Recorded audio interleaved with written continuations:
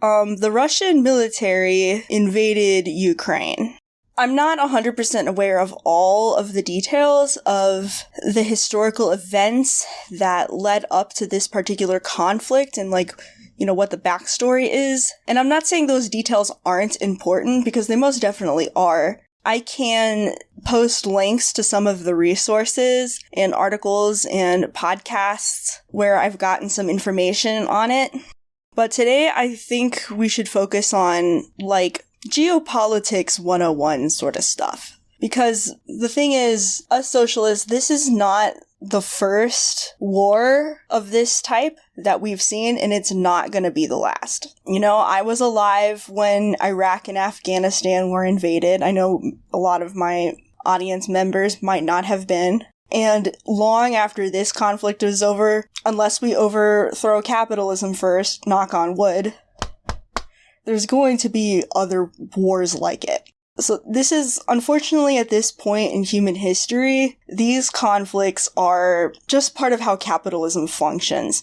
And I'm not saying that to, diminish the suffering that people in Ukraine are experiencing right now. I'm not trying to say, oh, well, other people have to deal with it too. I'm saying is we have to be able to put what we see in its context, and we have to be able to look for patterns so that we can come up with the best plan of how we should respond to protect human life and to further our long-term goal of putting power in the hands of working class people. So the term we're going to use for this is imperialist war. We talked about imperialism in the first of my Star Wars videos that I made. Basically, when a capitalist country that's reasonably economically developed and reasonably wealthy gets to a certain size, gets to a certain level of economic advancement, the capitalists of that country, they hit a brick wall. They get to this point where they've exploited all of the possible niches in the market and all of the resources that can be tapped into. And if they want to continue to grow and be profitable, they have to push outward, and they have to take control of foreign markets, foreign labor forces, foreign resources, and foreign land. And there's a couple different ways they can do that. The most preferable way that they like to do it nowadays is economically. Capitalists from rich countries will buy up all of the means of production in poor countries so that all the profits from production in that poor country go to the rich country.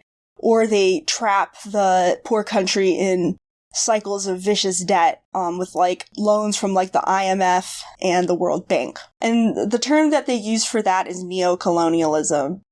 But, they can also do it the old-fashioned way by direct military occupation or direct political control. The imperialists can do that in a sneaky way through backroom deals and bribes and assassinations and espionage. That's what the CIA is for. Or brute force works too a good deal of the time. And, you can have a direct, military occupation, a direct invasion and occupation, and install, a puppet government. The example that should come to mind for all Americans is you have Iraq sitting there filled with sweet, delicious, creamy, chocolatey petroleum oil. And it just looks so yummy. And mean old nasty Saddam Hussein isn't letting American capitalists have any of it. And so the US military invades, they get rid of Saddam, and then they turn the Iraqi oil fields over to US corporations. Or, you could invade Afghanistan for the resources and minerals in the mountains, and let's be real, the heroin.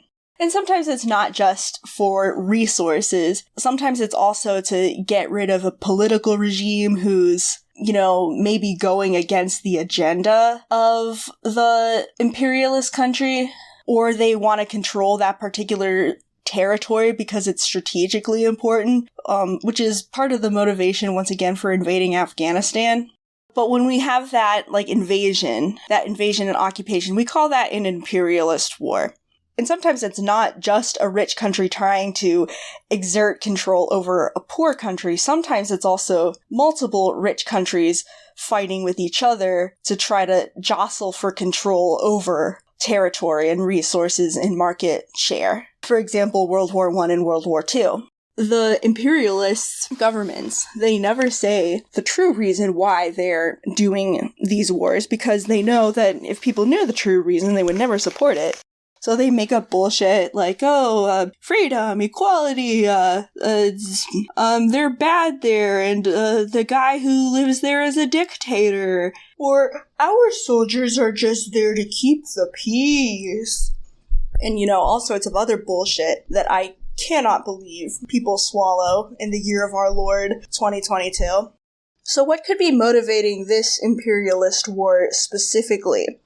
Well, there are two regions in Ukraine, in the east, that are heavily populated with Russian speakers.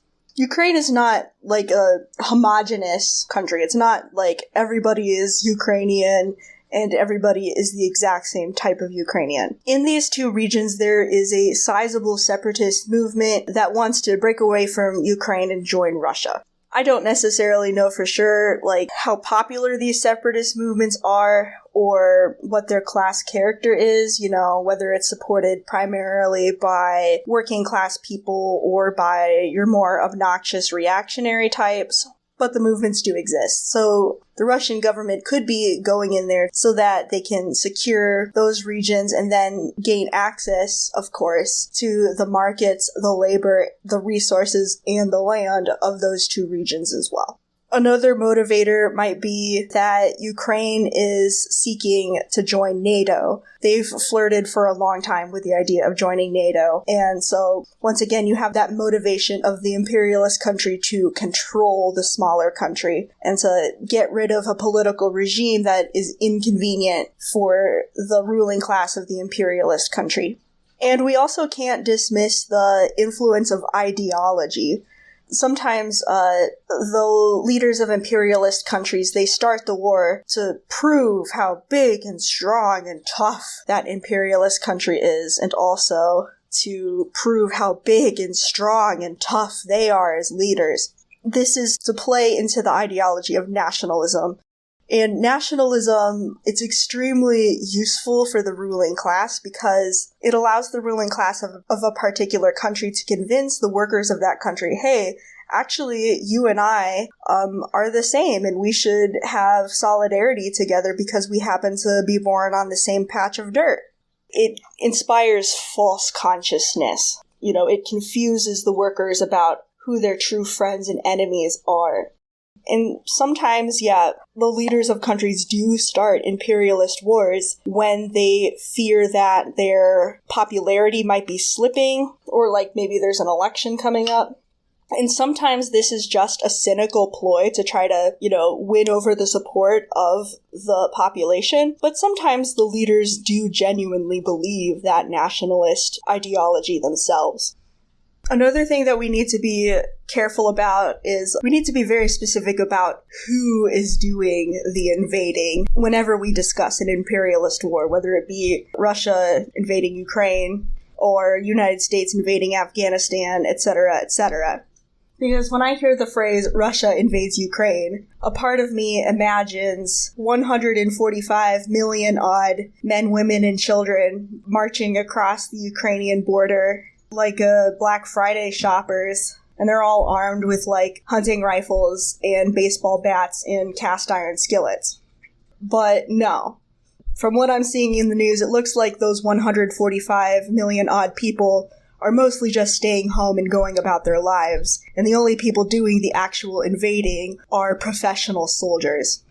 Just like I was talking about in my 9/11 video, 8-year-old me was not called to the front when, quote-unquote, America invaded Afghanistan, And that seems like a kind of silly and obvious point to make, but once again, we need to be really clear about who the political actors are in this particular story, who's doing what and who's motivated by what.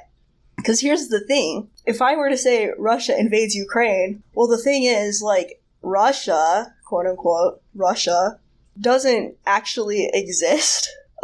Neither really does Ukraine, or quote-unquote, the United States, or quote-unquote, China, or England, or Nigeria. Like, none of those countries, if you think about it, really exist.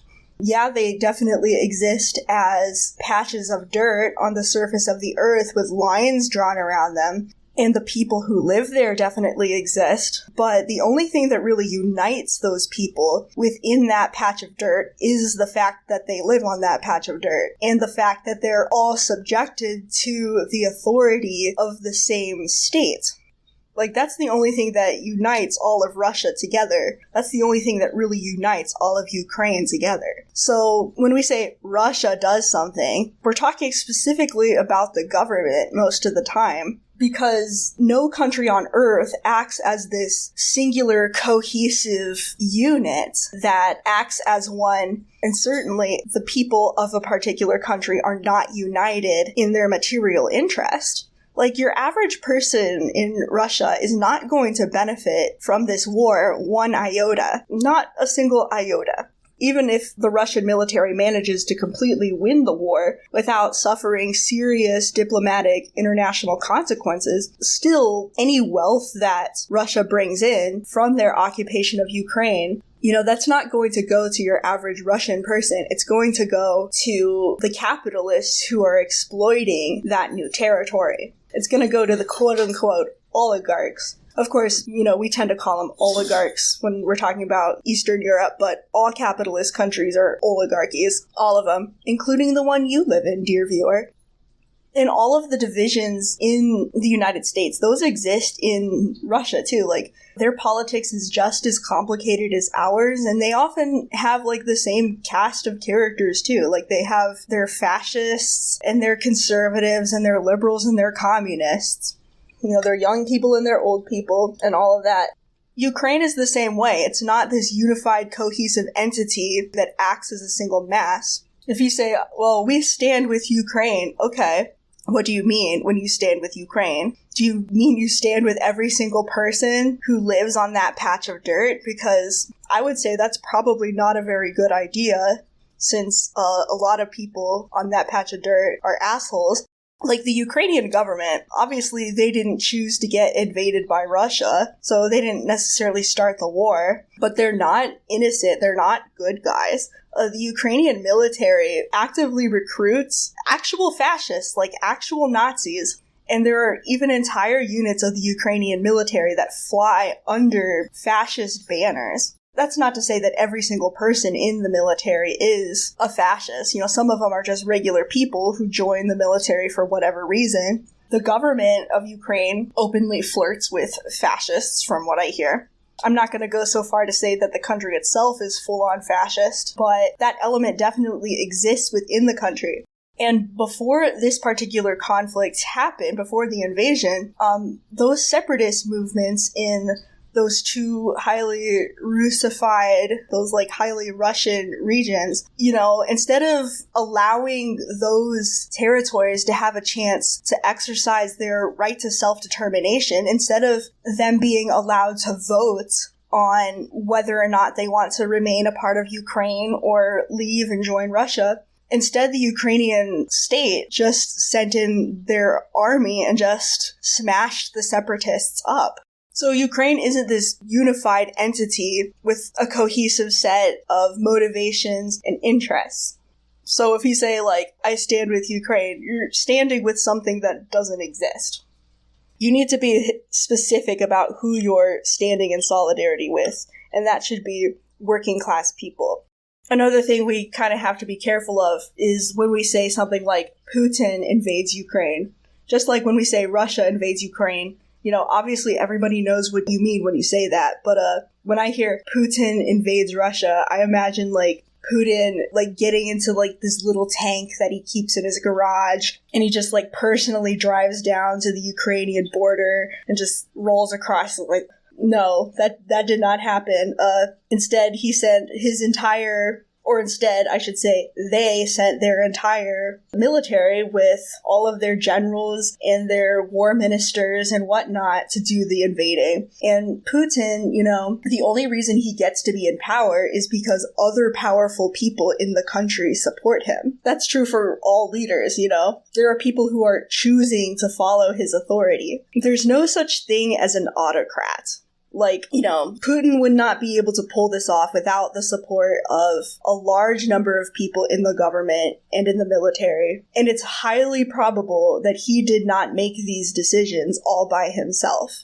He has lots of people around him who are, giving him advice and advocating for their own ideas and helping him brainstorm and things like that. And, that's not necessarily a commentary on Russian politics. I'm saying that all countries on Earth act that way. The ruling class of a country isn't going to tolerate a head of state who doesn't work for their interests. So it isn't just Putin who's doing this, it's the entire Russian ruling class. In times of war, it is more important than ever that socialists be wary of propaganda from their own ruling class in their home country. Extremely important, because if there's anything that the ruling class loves to do, it's to warmonger. It's to paint a picture of a nasty, brutal enemy that we need to organize ourselves to fight. And if they don't have any enemies at that time, they'll make one up or turn a neutral party into an enemy. You'll hear a lot of talk from the capitalist press in the United States and even from government officials that Putin is a threat to democracy. And you know what? In this particular case, yeah, that's true. Invading another country and taking away their right to national self-determination, that's extremely anti-democratic. People in Ukraine have a right to decide for themselves how they want to define themselves politically, how they want to define themselves in the context of the rest of the world, And that includes the main population of Ukraine, and it also includes all of the subpopulations too. For example, the people in these highly Russian areas, these breakaway republics, they have a right to vote on whether or not they want to stay in Ukraine or leave it. That is their right. For any government of any country to try to use the military, whether it be Ukraine using its military to stop the breakaway republics, or Russia using its military to try to kick out the Ukrainian government, that is not democratic. That's the exact opposite of democracy. Just like how it was extremely anti-democratic for the United States to invade Iraq and Afghanistan and take away those countries' right to self-determination.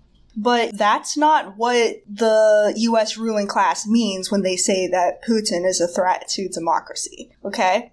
If they cared about a country's right to self-determination, they wouldn't be engaging in the imperialist projects that the U.S. government is engaging in all the way around the world, Nobody in the U.S. government cares about the national right of self-determination of peoples, okay? What they mean when they say that Putin is a threat to democracy, what they're saying is that there's some kind of unusually evil character about Russian culture and the way that their government operates. They want us to think that, Russia inherently is somehow oppressive and somehow backwards, or that Putin is unusually evil among bourgeois politicians around the world. And of course they want us to think that. Russia, at this point in history, is one of the United States' biggest inter-imperialist competitors, one of the biggest competitors for power on the world stage. And the U.S. ruling class has every incentive in the world to try to demonize them. And that's kind of ridiculous. Because here's the thing, Russia is a bourgeois democracy, just like the United States. So just like in the United States, the Russian bourgeois ruling class uses the state to democratically decide among itself how to conduct its affairs. Just like in the United States, people in Russia vote in parliamentary elections. They have a Duma, we have a Senate, but whatever. They're both parliaments. And just like in the US, it's bourgeois democracy, not democracy, not workers' democracy. It's democracy for the quote-unquote oligarchy, for the ruling class. And regular people don't necessarily get much of a say, even though they do get to, go to the polls and do that little ritual once every few years.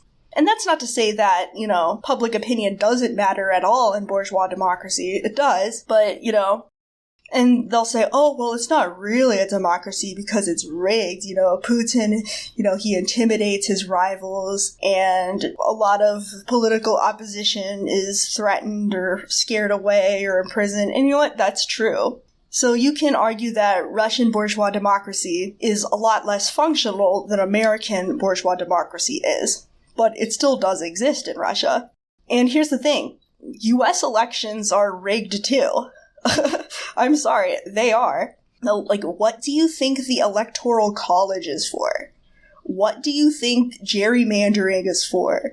Or the Citizens United court decision was for? What do you think corporate PAC money is for? The truth is, all capitalist countries are like that. It is not possible to have true democracy under capitalism. As long as there's this minority of people who control the majority of the country's wealth, the health, safety, well-being, and the desires of regular people are not going to be what determines the decisions that are made. So to argue that, Ukraine is this nice, fine, upstanding, noble, democratic, free country, while Russia is this nasty, mean oligarchy, is completely ridiculous. All capitalist countries are oligarchies. Some bourgeois democracies are more functional than others, but those differences are in the details. And yeah, there are definitely instances in which people in Russia don't necessarily get the same respect for civil liberties that we in the United States have. I know hearing from comrades in Russia that the government there is notorious for cracking down on protesters. But then again, the United States imprisons a larger population than any other country on earth, including Russia. And that is both per capita and the total, gross number of people who are arrested altogether. Okay, so the United States government does not have the right to criticize any country at all for lack of civil liberties. So for Joe Biden to get up there and talk his bullshit about how, this is a threat to democracy and freedom, he's full of shit, okay? The level of hypocrisy that we are seeing from the U.S. ruling class right now is absolutely disgusting. And it should go without saying, the United States government sure as fuck does not have the right to criticize another country for conducting an unnecessary imperialist war. Just absolutely disgusting levels of hypocrisy. It's just disgusting. And even news sources that are going to claim to be quote-unquote objective are going to repeat these talking points, these propaganda points from the U.S. ruling class as if they're facts. Because we really have to be careful, especially in times of war, to the propaganda that we're hearing. So with all of that in mind, how should we socialists respond to this situation? What should we do? Well, I think it might be helpful to first talk about things that we should not do. First of all, we're not going to support one nation over the other. If someone comes up to you and says, hey, are you on Team Edward or Team Jacob? The correct answer isn't Edward or Jacob. The correct answer is both are annoying, but also they're not real and Twilight sucks. It's a ridiculous question. And just like Edward and Jacob, Russia and Ukraine aren't real. We do not recognize these capitalist states or their authority or the authority of the ruling classes that created them, okay? Every single capitalist government in the world, the only thing that should ever happen to it is it gets overthrown and replaced with a socialist one, okay? And please take down those little yellow and blue flags. I know you mean well by putting them up there on your social media, but really, no self-respecting socialist should ever be flying the flag of a capitalist state, whether it's your country or somebody else's country. And, I realize that I have this little tiny flag of Ohio in my little pencil holder on my desk, and I need to get rid of that, because cringe. Yeah, we don't do that, okay? We don't recognize these states, we don't recognize their authority, and neither of these states should exist. Once again, let me remind you that the Ukrainian government are not necessarily good guys. You know, Ukraine is a class-based society with a quote-unquote oligarchy, you know, a capitalist ruling class that exploits, controls, and does violence upon working-class Ukrainians every single day. And they do that with the violence of the Ukrainian government. Of course, all capitalist countries are like that, but the Ukrainian government are not good guys. They didn't start the war, but that doesn't mean that we should support them. So, the other thing that we don't do here in the United States is ask the question, what should the US government do? You know what the US government should do in response to the war against Ukraine? Absolutely fucking nothing. There is absolutely nothing that the US government can do that will not make the situation 8 million times worse, okay? Every single time the US government gets involved with foreign politics, it results in nothing but chaos and bloodshed for innocent people.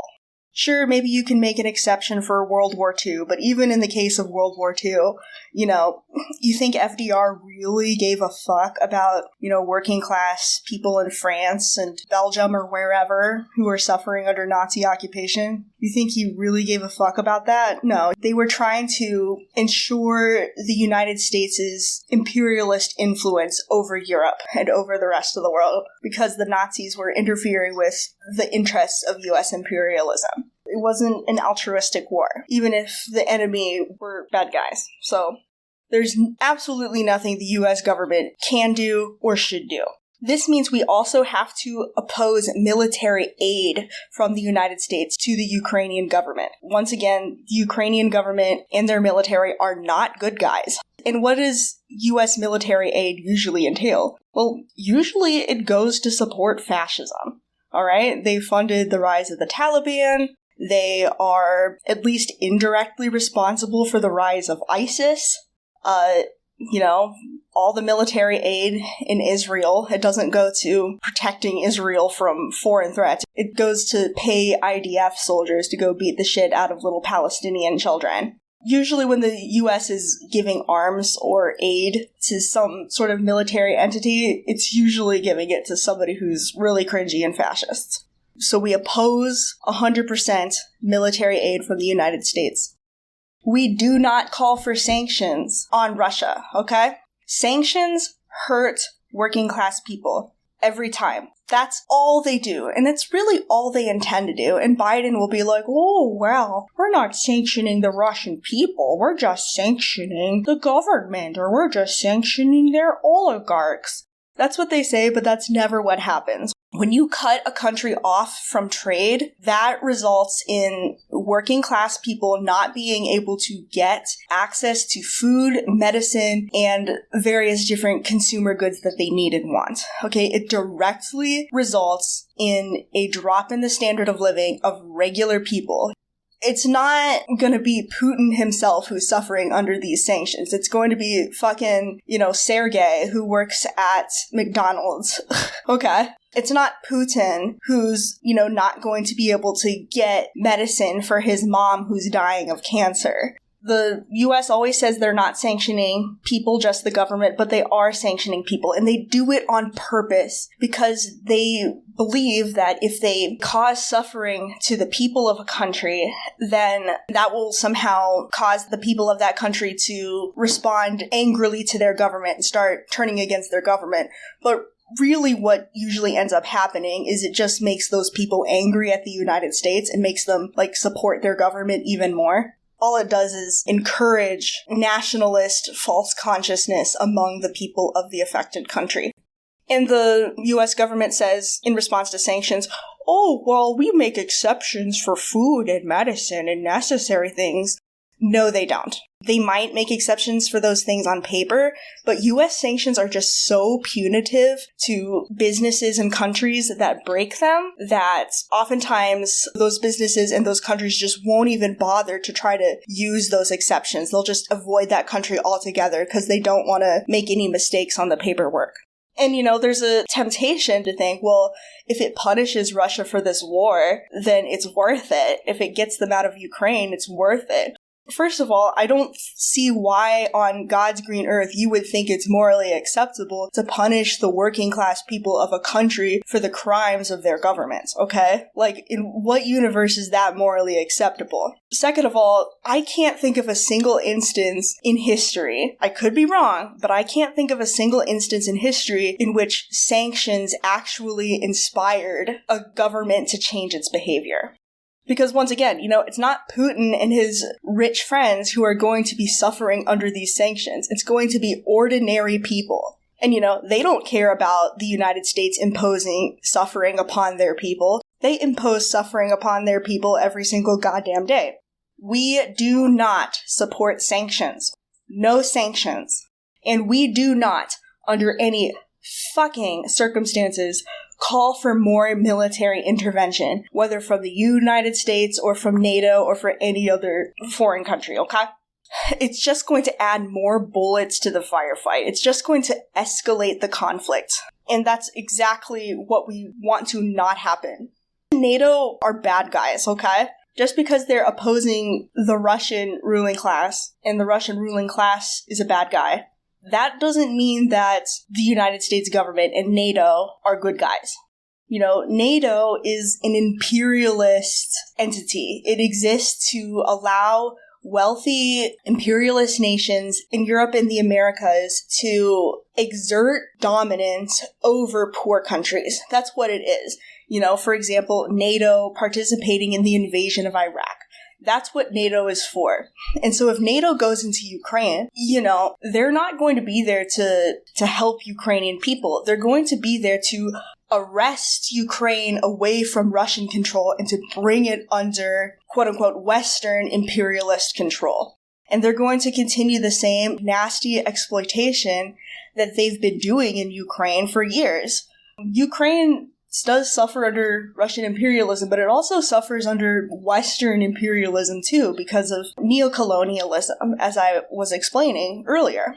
And people in Ukraine are much worse off because of it since the fall of the Soviet Union, since all of this shit in Ukraine was privatized, since Western corporations were allowed to go in there and do their thing. Standards of living in Ukraine have dropped drastically. Every single country in the former USSR suffered horrifically under the restoration of capitalism, but Ukraine especially was hurting, and it's because of Western imperialism.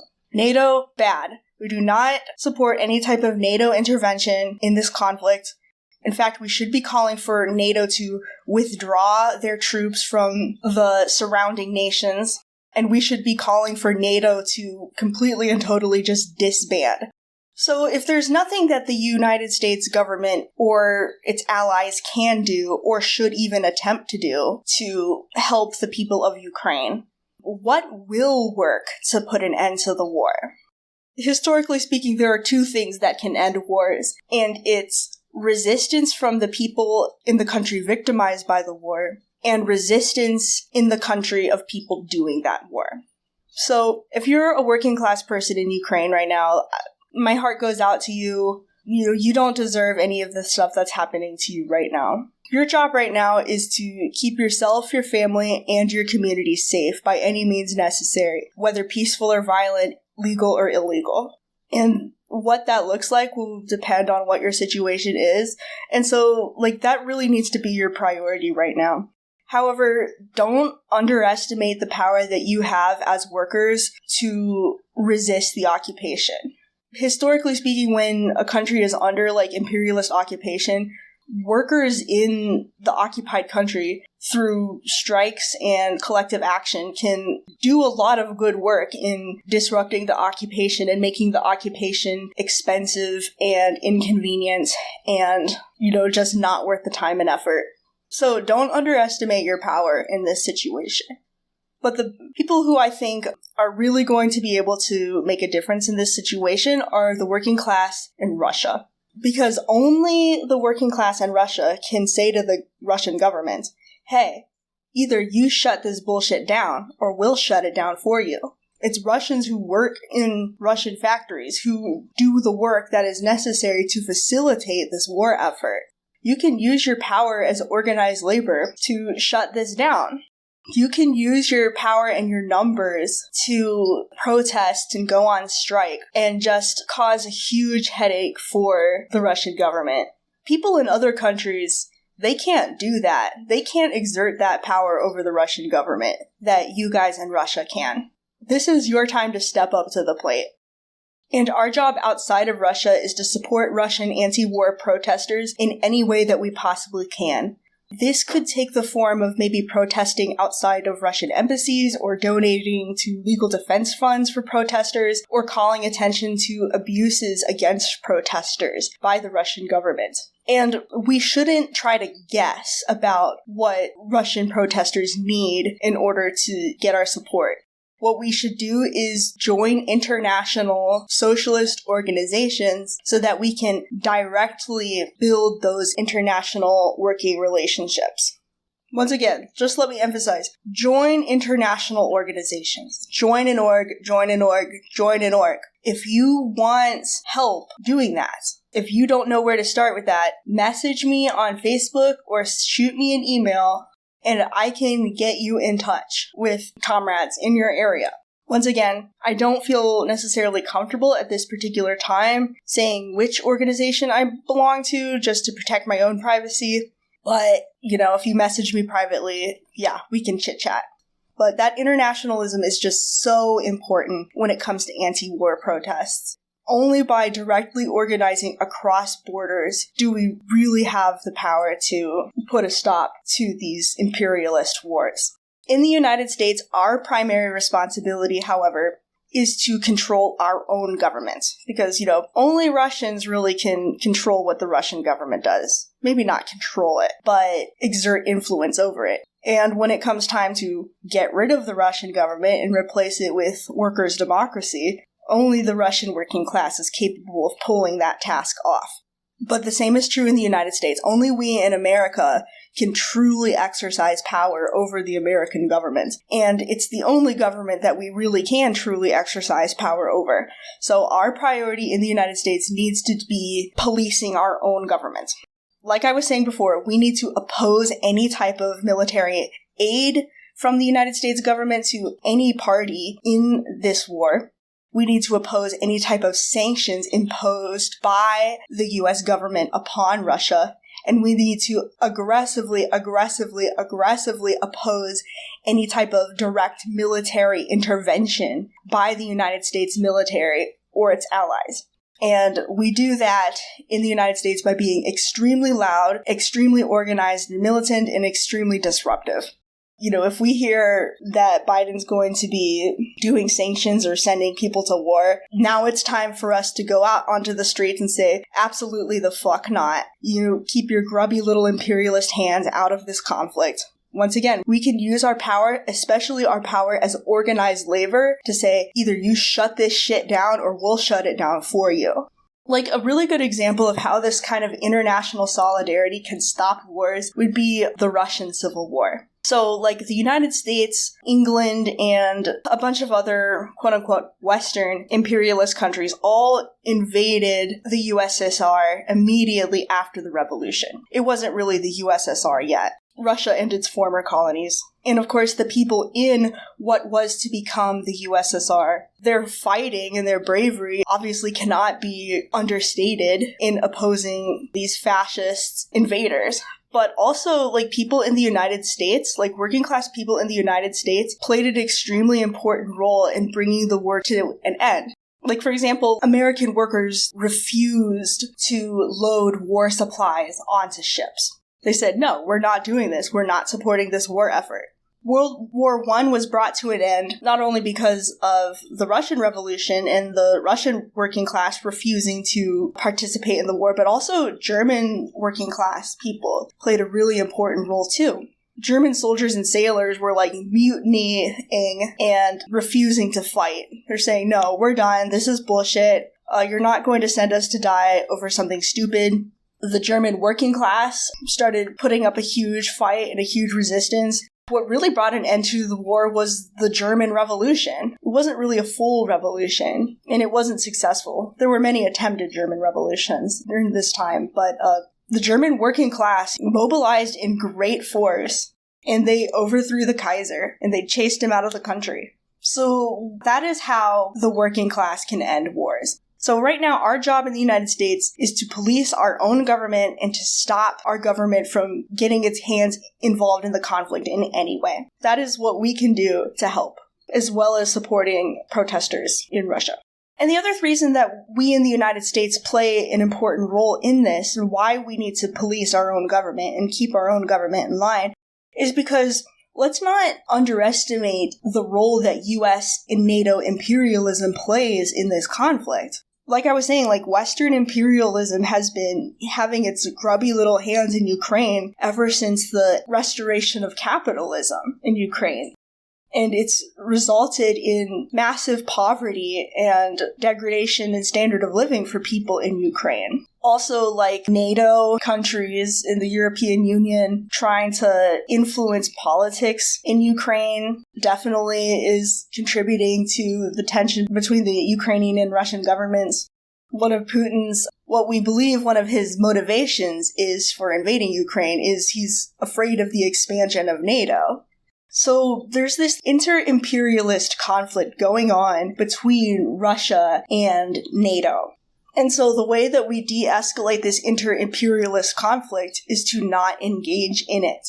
We in NATO countries, especially the United States, should be fighting to disband NATO. We should be fighting tooth and nail to disband this imperialist project. And you might say, well, then Russia will be able to get away and do whatever it wants. But no, it won't, because at the same time, the Russian working class, standing in solidarity with us and we with them, will be protesting what the Russian government is doing. Organize across borders, join international organizations. It's also really scary because the quote-unquote West is also engaging in the same inter-imperialist tension with China, which is only going to result in suffering for working class people in China and elsewhere. So the way we end these inter-imperialist conflicts is we do not engage in them. Disband NATO. Pull NATO troops out of the countries surrounding Russia and Ukraine. And it sounds kind of like maybe I'm doing the opposite of what's needed right now. Well, Ukraine needs our help. You might be thinking, but once again, Ukraine doesn't exist, nor does any other capitalist country. So when we're helping Ukraine, who are we helping? Are we helping the Ukrainian working class? Or are we helping the Ukrainian government?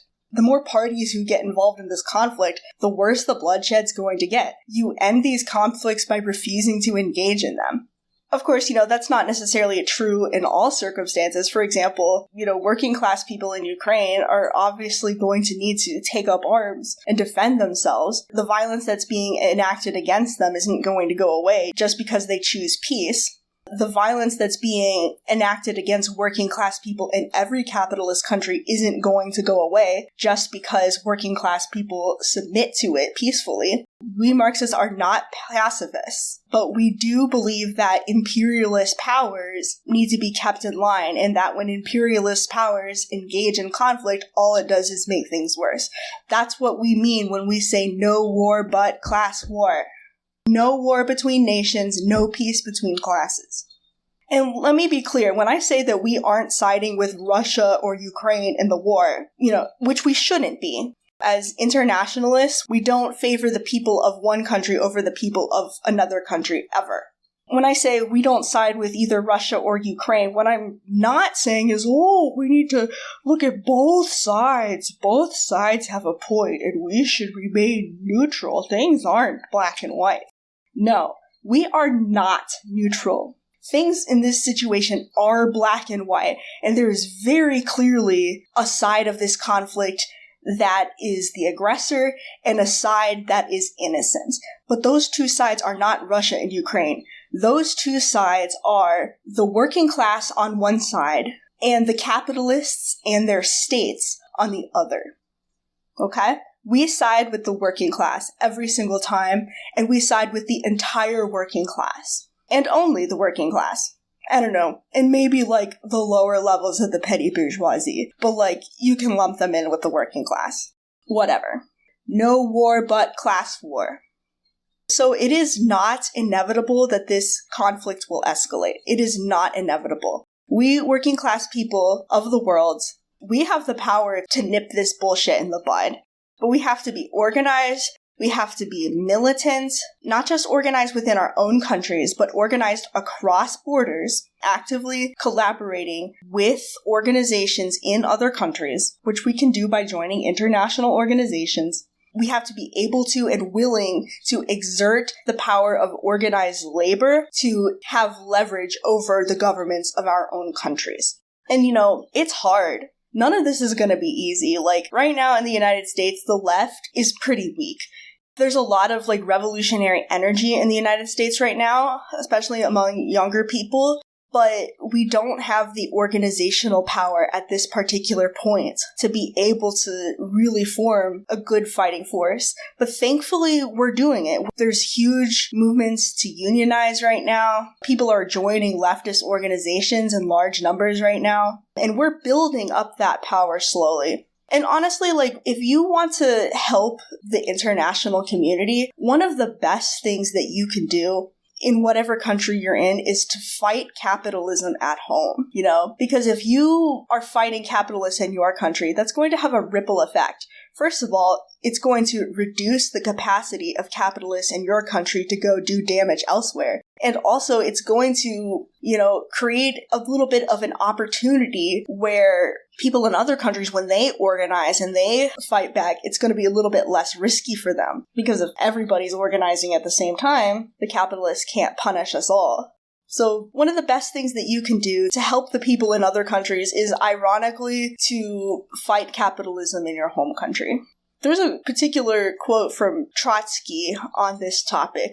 I highly recommend that you go back and read the transitional program where he explains this in the chapter on war. I'm going to see if I can find that quote.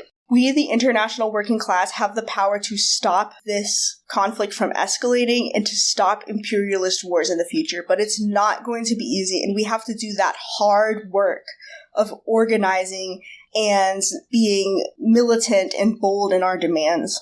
So, no war but class war.